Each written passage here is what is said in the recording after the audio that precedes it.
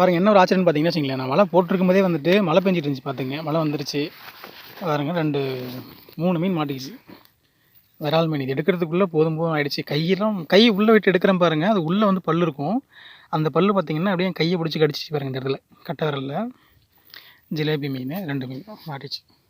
இது அப்படியே விட்டு போயிட்டுன்னு வச்சுக்கோங்களேன், நாளைக்கு காலையில் ஒரு 6 மணி 7 மணிக்கு தான் வருவோம். நம்ம எடுத்தோன்னா அதுக்குள்ளே அந்த மீன் வந்து கெட்டு போயிடும். இந்த மீன் கெட்டு போயிடும், இந்த மீன் உயிரோடு தான் இருக்கும். 2 மீனுமே சரி இருந்தால் எடுத்துடலான்னு சொல்லிட்டு எடுத்துட்டேன். இது ஒரு 1/2 கிலோ வருங்க. 1/2 கிலோ வரும், 3/4 கிலோ எல்லாம் சேர்ந்து 3/4 கிலோ தான் வரும். நம்ம நாளைக்கு காலையில் வந்து பார்ப்போம் எவ்வளோ மீன் கிடைக்குதுன்னு சொல்லிட்டு.